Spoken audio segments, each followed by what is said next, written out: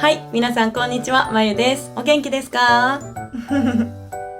このポッドキャストでは日本人の私がなるべく皆さんに自然な日本語に触れてほしいなって思っているので、友達と話すような感じのナチュラルなスピードとね、言葉遣いを選んだポッドキャストを配信しています。で、今日はねこれを週末に流そうかなと思っているので、金曜日に撮っています。ね、皆さん1週間お疲れ様でした。いいですよね、週末ゆっくり寝られましたか？私はね、平日はいつもだいたい朝の7時ぐらいに起きるんですけど、週末はねちょっとだいたい8時半とかぐらいまでゆっくり寝たいかなって思ってますね。なんか今日はね、だからせっかく週末なのでちょっとゆったりと、そしてのんびりと皆さんと雑談をしたいなと思ってます。雑談ね。なので私もこうやって飲み物を用意してリラックスしてお話ししていきます。で、私のねこの飲み物はもうお水です。いつもお水ですね。日本ではペットボトルのねお茶が結構人気なんですけど、私は癖がなくてすごく飲みやすい、ガブガブ飲めるのでいつもお水です。はい。だから皆さんは何を飲んでますか？今お茶ですか？それともコーヒー？紅茶？ビール？ね、休みの日のさ、ビールっていいよね。すごい美味しく感じるよね。そう、何をねしててもらっても大丈夫なのでリラックスして聞いていってください。皆さん、ポッドキャストはどんな時に聞いてますか？ポッドキャストだけじゃないですよね。YouTube を耳で聞き流ししている人、何かしながらずっと聞いてる、聞き流しって言いますね。そういう人も多いと思います。だから家事をしながら聞いてますか？それとも歩きながら聞いてますか？お散歩中のねポッドキャストすごくいいですよね。ラジオ感覚で私もよく聞きます。で、私はね毎日1日1万歩歩くっていうのを目標にしています。だからすごくよく歩くんですね。ジムで歩いたりもするし、あと夕方日が沈んで涼しくなってから歩いたりとか、とにかくねたくさん歩くっていうのは心がけているんですね。そうだからだいたいね1時間歩いて5000歩ぐらいなんですね。で、その他の買い物に行ったり、あと家事をしたりとか、そういう生活をしていて残りの5000歩、っていう感じで1日1万歩になってますね。だから1時間くらいはやっぱり歩くので、すごくね耳でいろんなコンテンツを楽しんでいるんですよね。そうだから私もねそういう時に長いポッドキャスト結構聞くんです。1時間ぐらいあるのをね。でも途中でねちょっと違うのに変えたりとか、あと一回作業の間に止めて後でもう一回聞き直したりとかね、そういう風にして自由に聞いているので、今回はね話題もそんなに最初から最後まで難しいことを何か解説したりしないので、ぜひリラックスして聞いていってください。で、歩くときはねもちろんポッドキャスト聞くんだけど、やっぱ家事をするときに聞くのが私は好きかな。家事ね、掃除とか洗濯とか、あと料理とか、家の中のことですね。家事。皆さんはどうですか？家事好きですか？そう、家事するのって楽しいですか？嫌いですか？なんか正直言うと私はそんなにこうウキウキしてなんかするものじゃないなって思ってるんですね、家事は。もちろんこう終わったらすごいすっきりしてて気持ちがいいんだけど、なんとなくこうね、黙々とこう淡々と一人で作業するみたいなイメージね。だからせっかくするならなんか楽しめることをね、やりながらやりたいって思っちゃいますね。同じかなそうで、あと結構家事って基本的に一人でこうやるでしょ。だからこう独り言をね言うのにちょうどいいんだよね。こう英語とか私だったらねこう勉強してるんだけど、みんなにとっては日本語ね。でそれをこう一人でさ、こう独り言みたいに言いながら練習するのもすごくぴったりなんだよね。だからこうシャドーイングとかをこうボソボソ言いながらなんかお皿を洗うみたいなねすごいやります。そうだから、そしたらこう耳で聞きながらね、ちょっとネイティブの人の話ってこう早いんだけど、今の表現いいなとか、あとなんならね別に全部聞き取れなくてもこの会話のリズムとかこうイントネーションとか、あとこう教科書には出てこないこうあーとかえーとかだからとか、そういう自然なこうつなぎの言葉とかってやっぱりこういうポッドキャストじゃないとこう出てこない、聞けないっていうのがあるから、だから私はすごいよく一人で聞いてますね。語学の勉強にすごくいいなと思って聞いてます。そうで、そんなことをこう考えながら家事をしてるとね、意外と結構はかどりますよね、家事って。はかどるっていうのはこう作業が進む、サクサク進んでいくね、こういい感じにね、もう終わったみたいな感じでできるのがいいところだなって思ってます。であとはね、 YouTube とポッドキャストの他にも私はね結構オーディブルも聞きます。そう、 Amazon のオーディブルですね。本をこう読み上げてくれるっていうサービスです。であれね結構いいんですよね。そう、オーディブル私結構聞いてる方だと思いますね。で日本のものをオーディブルでは聞くことが多いんだけど、やっぱりプロのねこう声優さん、つまりプロの声の俳優さん、が読んでくれることが多いから、すごいねこうスッと耳に入ってくるし、で小説とかこう物語だともう本当になんか続きが気になっちゃって、だからなんかやばい、もうちょっとだけ掃除しようみたいな感じでこう続きをね聞くために掃除を延長しちゃうっていうくらい面白い本があります。でもね、なんかテレビはちょっとダメなんですよね。こう何かしながらだとつい見ちゃいませんか？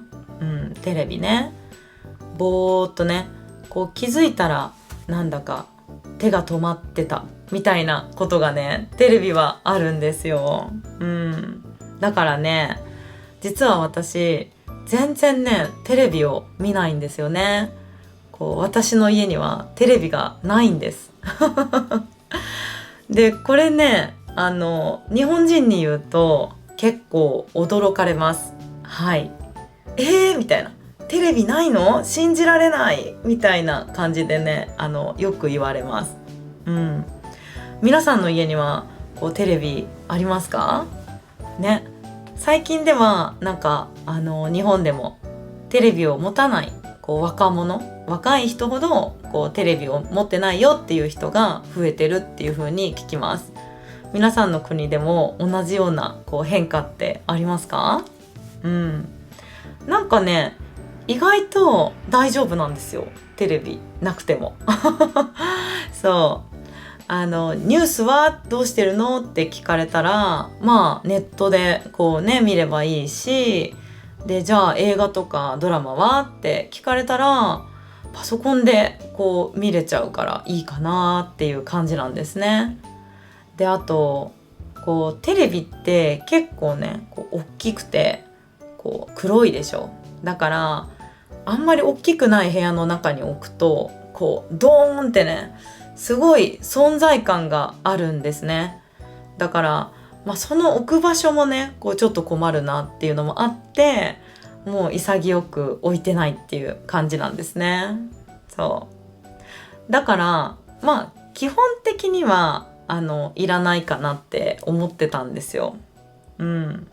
だけどね、なんかこの前旅行に行った時にね、ホテルの部屋にプロジェクターが置いてあったの。ファミリールームみたいな部屋だったから、こう靴をね脱いで上がるタイプだったの。すごいいいよね。こう日本らしいというか、靴を脱いで部屋の中は裸足というかね、靴下でこうリラックスしてくつろいでね、床も綺麗だよっていうようなホテルだったんですね。だからベッドの奥にこうビーズクッションっていうこういうクッションが置いてあって、こう体が沈み込むような大きなふわふわの柔らかいクッションですね。それが置いてあって、でそこにねそこでこうゴロゴロ寝っ転がりながらプロジェクターでこう壁に映像を映して見れるっていう部屋だったんですよ。でそれはねこうなんか普通の部屋で予約してたんだけど、そしたらちょっとアップグレードしてくれてたんですね。ラッキーラッキーですよね。じゃあそしたらさ、せっかくだからと思ってこう壁にねあるこのプロジェクターの電源をこうピッて入れてみたら、もうバーンってものすごい大きなこう画面でこう壁にねこうやって映されて、みたいな、もうこれ映画館じゃんと思ってなんか感動しちゃいました。で結構はっきり鮮明に見えるんだなと思って、私こうプロジェクターってもっと暗くてなんかぼんやりしてるね、あんまり見えないっていうイメージがあったんですよ。でももう全然違いました。でうちはね夫と子供がサッカーを見るのが大好きなんですね。だから私もスポーツはね結構見るの好きです。こうオリンピックも見るし、世界陸上とかも見てたし、やっぱりこう見ながらこう盛り上がるのは好きなんですね。だからこうみんなで見るのにあれはいいなと思って欲しいなってすごい思ったんですよ。欲しいと思って、これはいいね。で使わない時はあれってプロジェクターだからさ、こう床に機械が置いてあるだけで映すところは壁でしょ。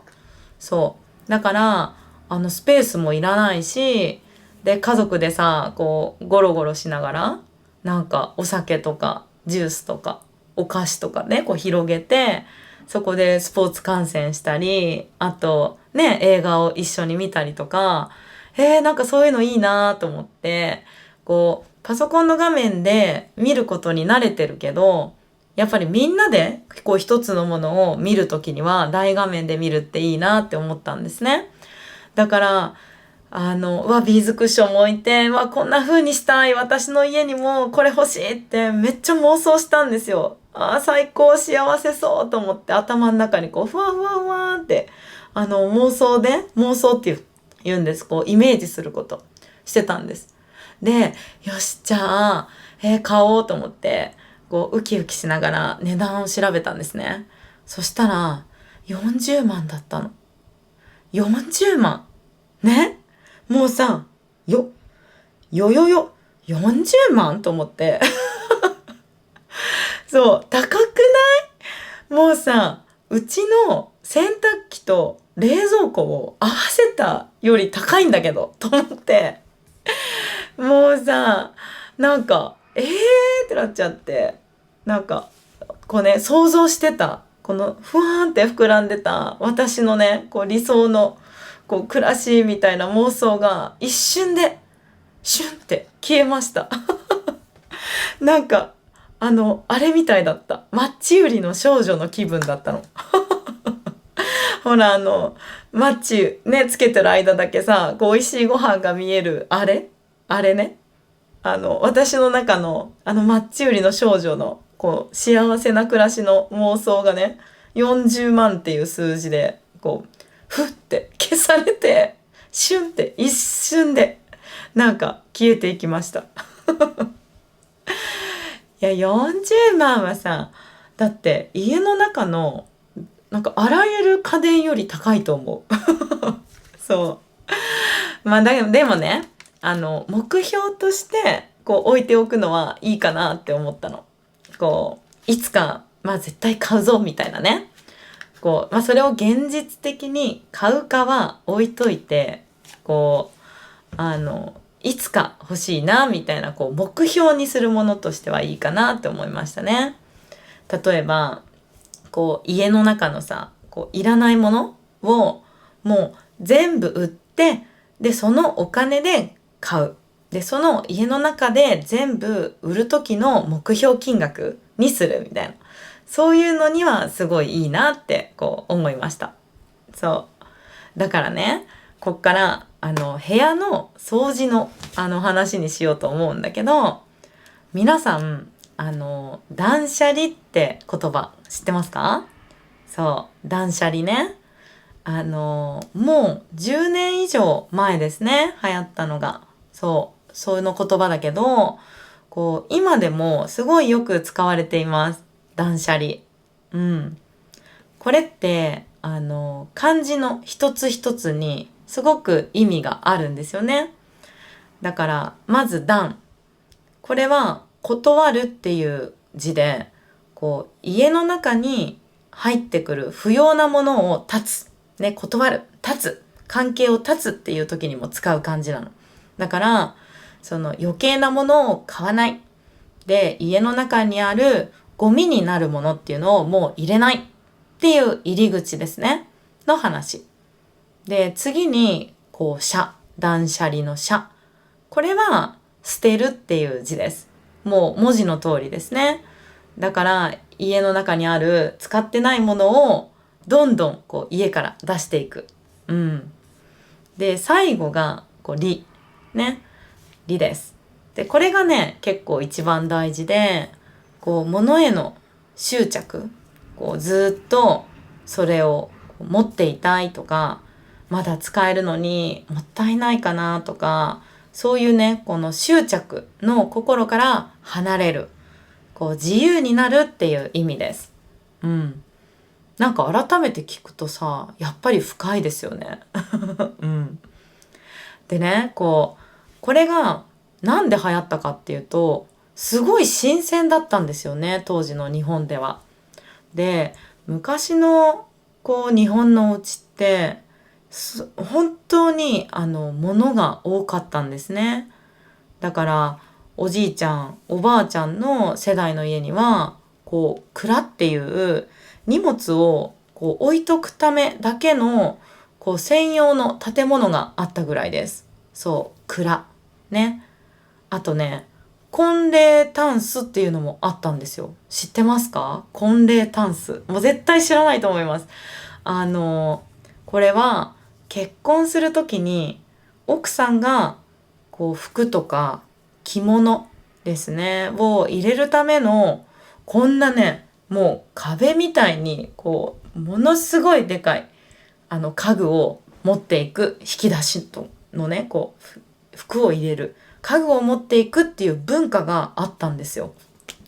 だから物をたくさん持ってるっていうのが、つまり豊かで幸せだっていう価値観だったんですね。だからこの婚礼ダンスをいっぱいにできるぐらい物がねたくさんある家が幸せだみたいな、そういう意味で結婚するときに持ってくっていう文化がありました。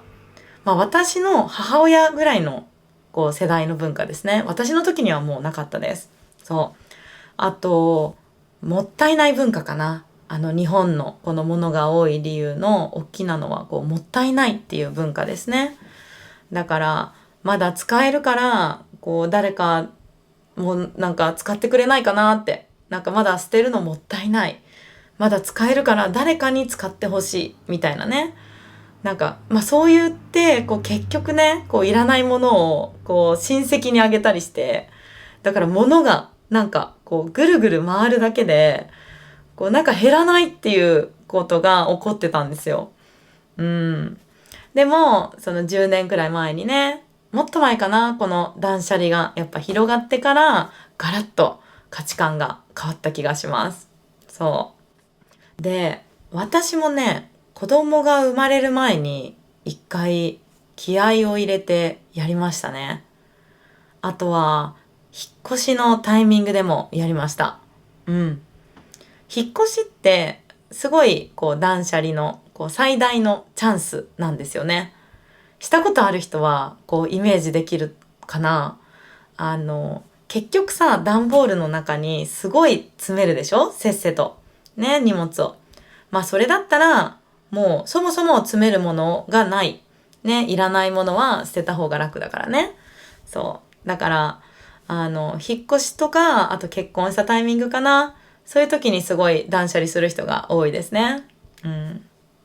でね、日本人はね、こういらなくなったものをどう処分してるかね、これちょっと紹介しますね。そう、不要品、いらなくなったものをどうしてるか。うん。これ国によって結構多分違いますよね。うん、思います。なんか多分、こう庭に置いてたら誰か持ってくみたいな国もあったりするんじゃないかなと思います。で、日本は大きく分けてね、3つかな、3つ。うん。で、1つ目は粗大ゴミですね。こう大きなゴミのことです。粗大ゴミ。うん。で、家具とかのこう大きなゴミをね、お金を払って自治体、こう市とか、こうそういったところに捨ててもらうんですね。でもこれもこう毎日別に出せるわけじゃなくて、結構ね、その市役所にこう電話をして、で予約をして、何月何日に出します、ゴミを出しますって予約をして、こうチケットですね、受付表みたいなこうチケットをもらうんですよ。でそれを買ってもらうというか、買うのかな、買ってそれを貼って出さないといけない。だから、ちょっとめんどくさいですね。うん。なんか今日捨てたいと思っても今日は捨てれない。うん。そういうシステムです。で、二つ目がリサイクルショップですね。これ結構みんなの国にもきっとありますよね。リサイクルショップ。うん。中古のものをね、こう売ってるところです。買い取ってくれる。で、これすごい気楽な方法だなと思うんですけど、持っていくだけでいいからね。でもね、一見気楽そうに見えて、意外とめんどくさいんですよ。そう。なんかね、これ利用したことあるんだけど、こう家電とかね、家電製品ね、こうカメラとか、あとアイロンとかさ、そういう電化製品。それはこう作られてから、3年とか5年とか10年とか、なんかこう期限が決まってるんですね。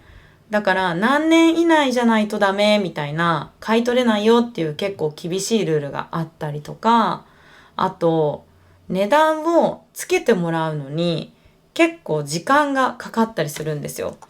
だからこうイメージでは持ってったらすぐにこうね、お金に変えて買い取ってくれて、それで終わりみたいなイメージだけど、なんか実際にはこうまずこれは買い取れませんって言ってこう戻されちゃったりとか、あとこう今日は混んでるから3時間後にまた来てくださいとか言われちゃうんですよ。で、じゃあ別の日でもいいですかってなったら、いや今日じゃないとダメですって言われちゃうから、そしたらなんかね、これ出して、ゴミを出して、でその後出かけようかなって予定しててもちょっと出かけられなくなっちゃったりとかね。そうだから意外とね、こう全部ポンって買い取ってくれるわけではないので、なんかこうちょっとめんどくささがあるなっていうのは使ってみて思いますね。うん。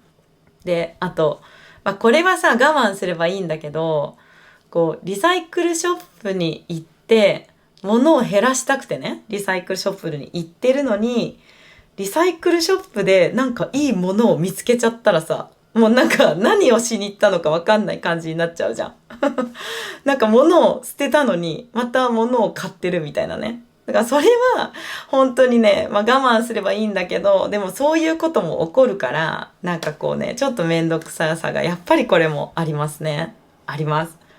なんか万能じゃない。そう。で、三つ目ね。で、三つ目。で、これが、一番人気かな。アプリです。そう。フリマアプリとか言います。メルカリとか、ジモティとか言うんだけど、自分で写真を撮って、自分でこんな商品ですって書いて、ね、登録して、で、自分で発送する。うん。で、手間は一番かかるんだけど、やっぱり一番高く売れますね。うん。なんか、メルカリとかって本当に、こんなの誰が買うかなとか、今頃こんなの欲しがってる人いるかなみたいな、すごい昔の商品とかでも、意外と世の中には探してる人がいて、高くね、売れたりするんですよね。そう。だから本とかね、バーコードがあるものはすごい売りやすいですね。あとは、でも洋服はね、ちょっと売りにくいかな。やっぱりね、洋服の綺麗か綺麗じゃないかの判断って、すごい見た目に難しいというか、人によってかなり個人差があるものだから、私はあんまり洋服は出品しないですね。クレーム受けちゃっても嫌じゃないですか。文句ね。こんなにシワがついてると思わなかったとかね。そういうのがちょっとトラブルは避けたいので、本とか分かりやすいものを売ってますね。うん。で、大型のね、ソファーとか、あと、そういった、タンスとかね、大きなもの、棚とか、そういうのは、出すときに、送料、配送するお金ね、運ぶお金も登録するんだけど、その分、やっぱりそれが高いから、送料が高いから、値段が上がっちゃうんですね。そしたら、家まで取りに行くから、その分安くしてくれ、みたいな、メールがね、届いたりもあります。そう。だからちょっとね、やっぱりやり取りのめんどくささとか、発送の手間っていうのはあるんだけど、すごくね、一番やっぱり手数料が取られてるけど、それでもやっぱり一番高くお金になるかなっていう気がします。うん。で、そういうね、フリマのアプリとか、あと中古のもの、古いもの、そういうところで、いいものを見つけた時ね、買う立場になって。で、そういう時には、掘り出し物を見つけたなんて言ったりします。そう。掘り出し物ね。掘って出すもの。だから、お宝みたいなイメージですね。一見いいものがあるように見えないところからいいものを見つけ出した時っていうのは、掘り出し物を見つけたなんて言ったりします。そう。はい。ちょっとね、お水飲みますね。でね、これまで、ゴミの処分とか、あと、断捨離をするための、手段、やり方、日本でのね、をいろいろ紹介したんだけど、これはね、全部、重い腰を上げる。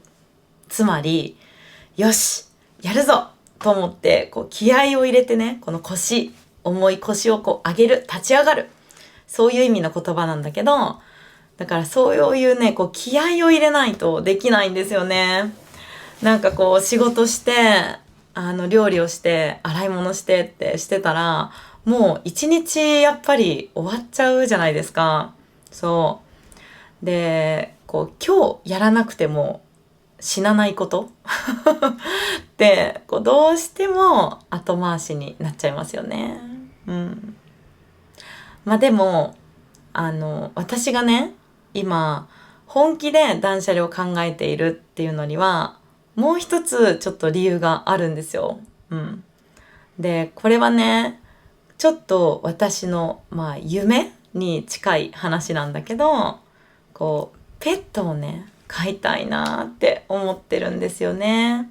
ワンちゃんか猫ちゃんか、ペットですね。そうで、子供も私もすごくね動物が大好きで、犬カフェとかね、猫カフェ、それからマーモットカフェ、あとふれあいなんちゃらとかね、すごい行くんです、週末に。可愛さをちょっともらいに行けるような、ところにね、すごい子供と一緒に行くんですね。そう、動物が好きなんです。で、私も昔子供の頃ね、大好きだったので、ウサギを飼ってました。うん。で、すごい懐いてくれてね、可愛かったです。そう。でもね、そう。で、ペットを飼うなら、もしね、迎え入れるなら、家の中をやっぱりその子に合わせた仕様、ね、合わせてあげないとダメじゃないですか。だから、特に日本って家がそんなに広くないから、ほとんどみんな家の中で犬や猫ちゃんをね飼います。まあ猫ちゃんはねほとんどお家の中が多いけど、ワンちゃんもやっぱり外が暑いので、ほとんど今は室内で飼う人が多いですね。だからトイプードルとかポメラニアンとかの小型犬、あと柴犬ですね、柴犬の中型犬、この辺がすごく人気ですね。そうだから、でも家の中で飼う、ね、家の中に一緒に住むってなったら、やっぱり部屋が綺麗じゃないと危ないと思うんですよ。そう、子供がさ落としたチョコレートとか、あと小さなレゴのパーツとか、そういうのをやっぱりワンちゃんが食べたらダメじゃないですか。なんかチョコレートとかってすごい中毒みたいに起こしちゃう子もいるって聞くし、だから部屋がそもそも片付いてないと、その子の命を危険にさらしちゃうって思うんですね。そうだから、部屋をきれいにするっていうのが、もうそのペットを飼いたいなっていうこの思いを叶えるためのスタートラインにまず立つために必要だと思ってるんですよね。そうだから、部屋が綺麗になってないともうそもそも飼えないっていう風に思うから、いや、じゃあやっぱりちょっと頑張りたいなっていうのがまずあります。とはいえね、いくら部屋が綺麗になっても、やっぱりさらにペットを家族にするっていうのはすごい大きな決断だなって思うんですね。だから考えなきゃいけないことっていうのが2つ思ってて、で1つはしつけと時間の問題ですね。今はやっぱり家族だけでねどこでも行けるし、キャンプに行ったり、何も別に気にせずに家を空けることもできるけど、やっぱりワンちゃんがいたらこのキャンプ場もやっぱりワンちゃんが泊まれるところにしようとか、あと公園もせっかくだったらワンちゃんが行ける公園に行こうってなるし、でそれはそれでね絶対そこに楽しみがあると思うんだけど、やっぱり選択肢は絶対減ると思うんですよね。選べる数が減る。あとペットホテルにね、じゃあ例えば預けていくってなっても、やっぱりちょっと寂しい思いをさせるなって後ろめたい気持ちに、なると思うんですよね。やっぱり心配になると思います。で2つ目はやっぱりお金ですね。お金です。人間はね、日本はみんな保険に入ってるっていう制度なんですね。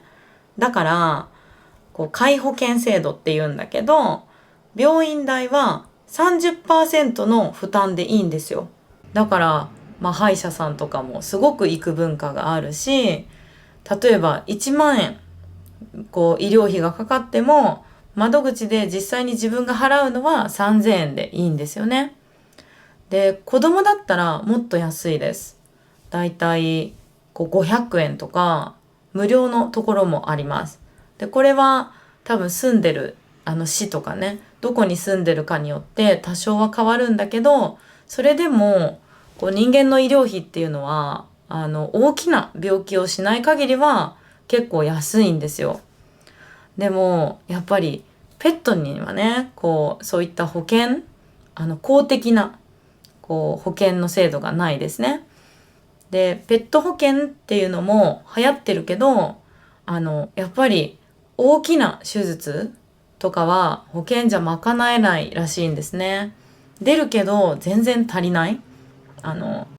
実際にねワンちゃん飼ってるお友達がいるんだけど、大きな手術、例えば腰の手術とか、あとワンちゃんもほらがんになったりもするでしょ。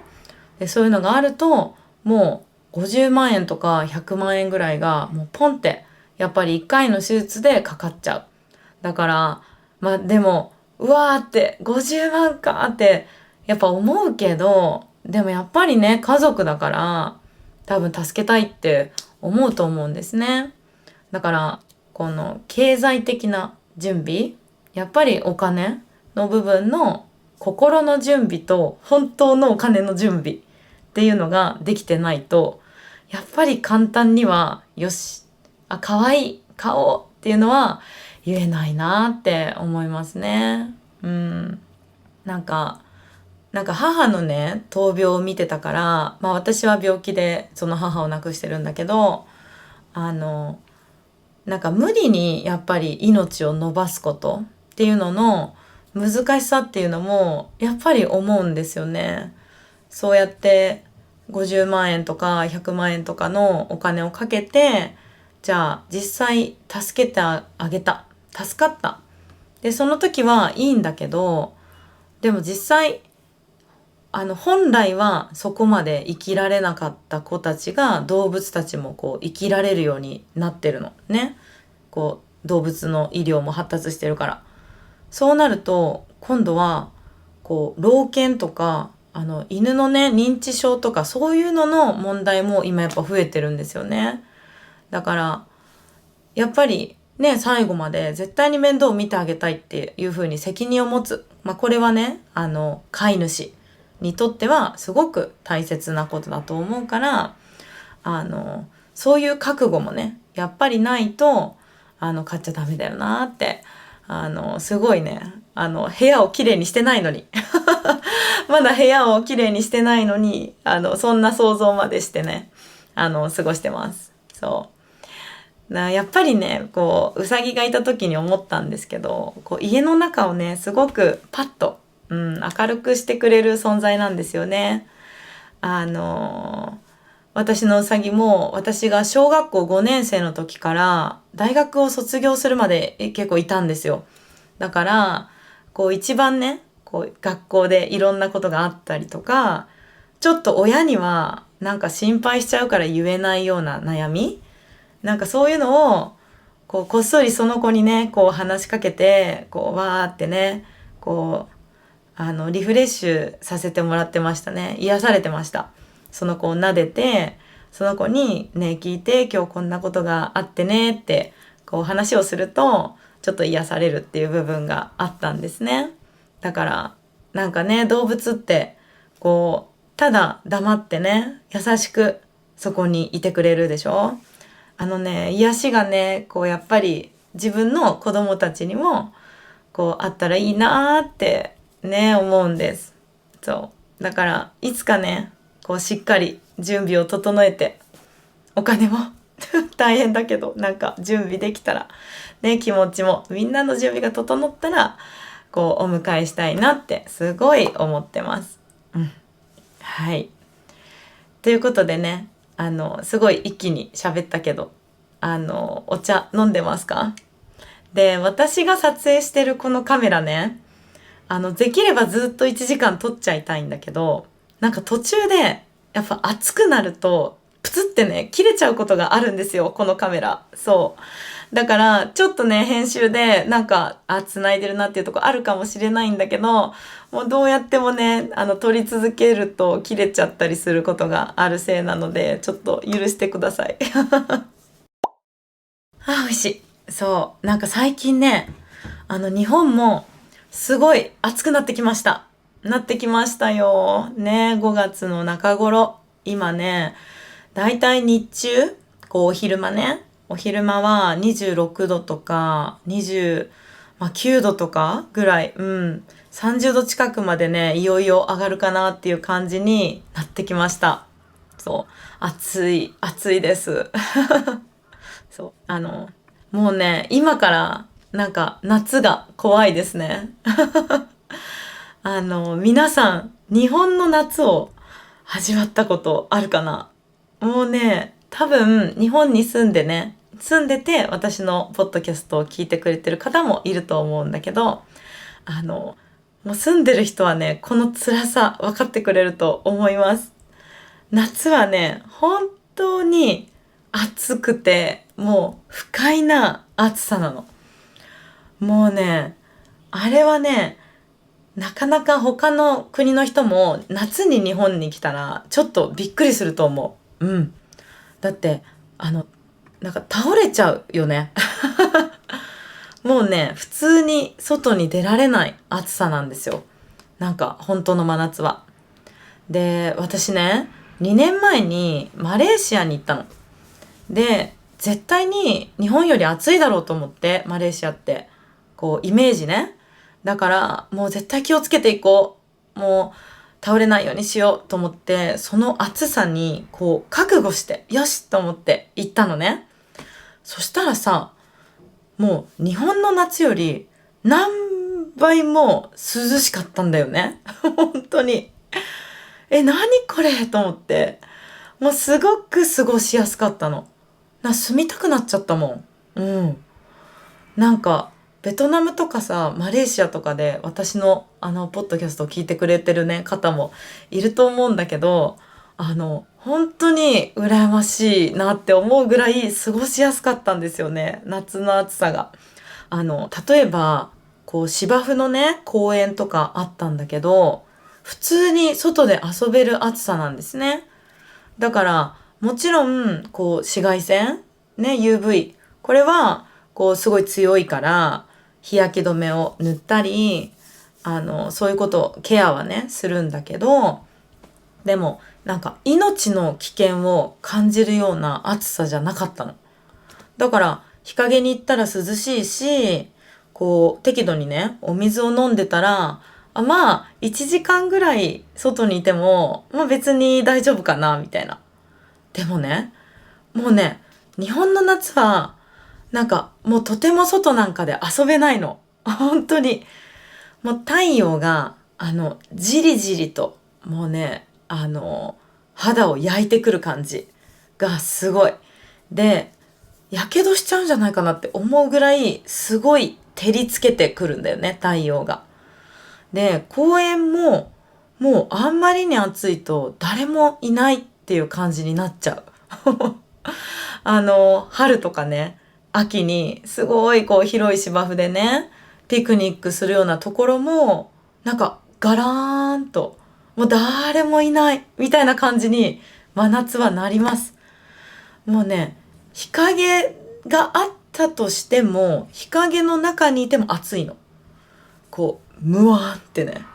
もう湿気がね、すごい高いんですよ。ジメジメしてる。だから、熱中症でね、倒れてしまう人が本当に毎年たくさん出るし、危ないですね、日本の夏は。そう、だから男の人の日傘を差す人もすごい増えてきました。いやでも、本当いると思います。日傘も絶対差した方がいい。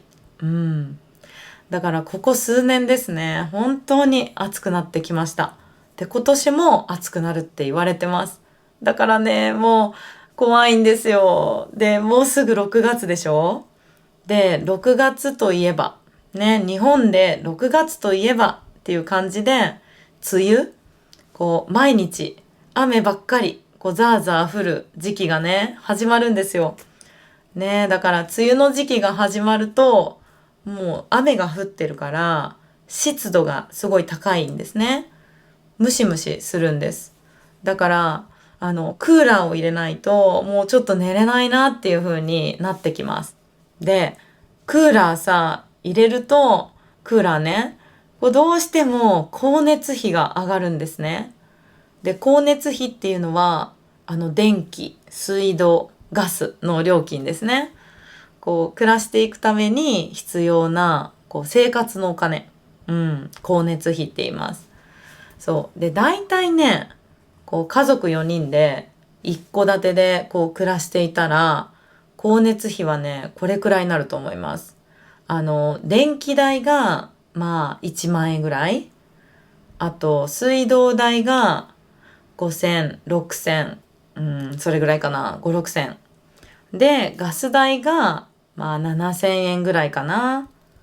で、これは、あくまで、冷暖房、ね、クーラーを入れたり、ストーブをつけたりしない時期の値段です。そう。だから、だいたい1ヶ月で2万円、2万5千円くらいが標準だって言われてます。うちもそうですね。それぐらいです。でも、夏はさ、やっぱりクーラー入れるし、冬は暖房、ね。で、梅雨の時期には、その湿度を下げる、除湿っていう機能もあります。だからそういうのがプラスされると、やっぱりもっと高くなっちゃうんですね。そう。だから、どうなんだろうこの光熱費。皆さんの国はどうですか？一家で。ね、4人暮らしだったらどれくらいかかりますか？国によっては、電気代だけはすごい安いよとかね、ありますよね。本当に日本はね、電気が高いです。で、クーラーね、夏にクーラーを使うと、もうね、電気代が一気に1万円から2万円ぐらいに跳ね上がるんですね。倍です。でも、もうないとちょっと生活していけないから、これはもうどうしてもかかるお金だなと思って、ちょっと用意してますね。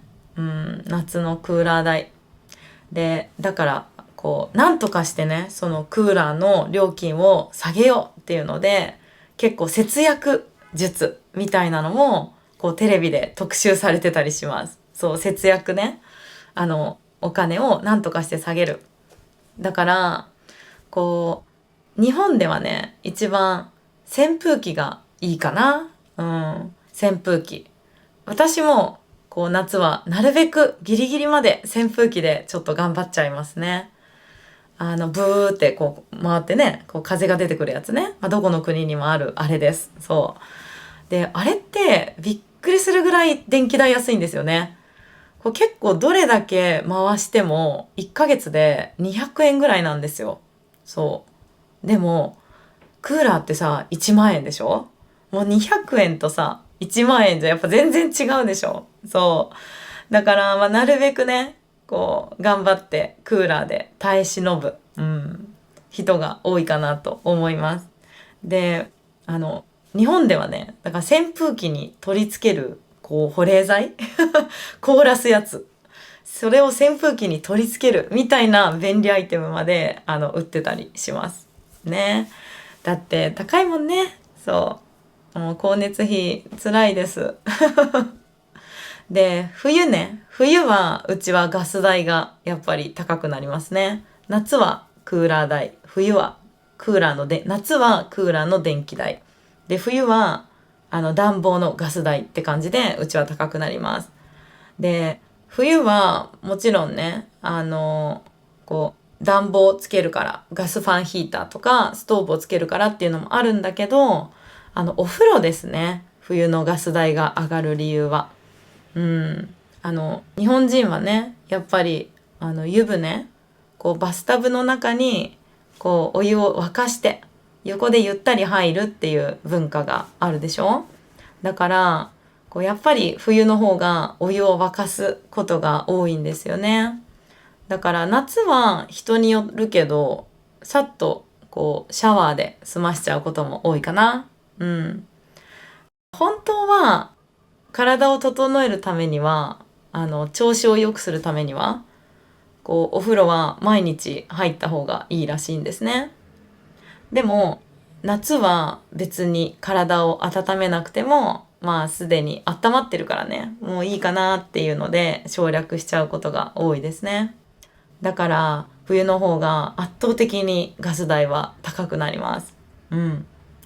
だからバスタブがない国というかあんまりお風呂に入らない文化の人の方がここは絶対に安く済むんじゃないかなと思います。で、この冬のガス代、暖房費の節約で私が一番おすすめなのが実際にねあったかいっていう意味でもおすすめなのが湯たんぽです。そう、湯たんぽ、日本の湯たんぽね、みんな知ってますか？専用の容器の中にこうあったかいお湯を入れて、でそれをね布などでこう包んで、で夜にお布団の中に入れておくんですよ。そしたらね、もう一晩中ずっとその中がこうあったかいんですね。で光熱費もお湯を沸かすだけで済むからすごい安いんですよ。で何よりこういわゆるこうぬくぬくするっていう感じなんだけど、本当にね暖かいんですよね。こう足先とかね指先とかこう冷えるんですよ、冬は。でもそれがこうあったかい、ずっとね幸せななんか暖かさがこうお布団の中でずっと続くっていう感じなので、冬の湯たんぽは大好きです。なんかこんな風に喋ってたら冬のことを思い出して懐かしくなりますね。で、今はねこう5月だから家計ねこう家のお財布的にもすごく優しい季節です。だから日本はね本当に季節によってこの光熱費ですね、家を維持したり生活するのにかかるお金がすごく変わりますね。皆さんの国はなんかどうですか？はい。ということでね、ここまで聞いてくれた皆さんありがとうございます。ね、素晴らしいです。嬉しいですね。はい。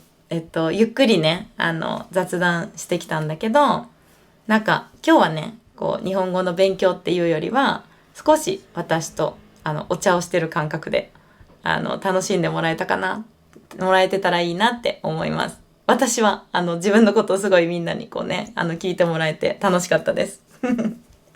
そう、最後まで聞いてくれてありがとうございました。これからも皆さんの日本語の理解に役立つ動画を作っていきたいなと思っています。この動画が少しでもいいなと思ったらぜひいいねとチャンネル登録をお願いします。それではまた、次回の動画でお会いしましょう。またね。はい、ここまで自然な雑談を皆さんに聞いてもらいました。最後まで聞いてくれた皆さん、どうもありがとうございます。雑談の中で私がたくさんのオノマトペを使っていたのに気がつきましたか？私たち日本人は会話の中でたくさんのオノマトペを使います。皆さんのためにわざとたくさん使ったわけではありません。友達と話すときに自然と出てくるんですね。せっかくなので今日の雑談で出てきたオノマトペをここでおさらいしておきましょう。いきますよ。のんびり、ゆったり、のんびり、ゆったり、リラックスして過ごしている様子ですね。今日はのんびり過ごしてた。今日はのんびり過ごしてた。このように使います。ガブガブ。水をガブガブ飲むという話の時に出てきましたね。ガブガブと飲むは勢いよく飲んでいる様子を指します。喉が渇いてガブ飲みしたよみたいにガブ飲みと省略することもありますよ。次にボソボソ話す。これは小さい声でボソボソボソボソボソボソと独り言などを言っている様子です。ボソボソボソ、何々だからさ、ちょっと僕わかんないんだよね。こんな感じですね。ボソボソと話す。だから、そんなボソボソ話してたら聞こえないよ。こんな風に使います。サクサク進む。これは過去の動画で何度か紹介したことがありましたね。仕事などがはかどって早く終わる様子を指します。今日は仕事がサクサク進んだ。今日の仕事はサクサク進んだ。こんな感じですね。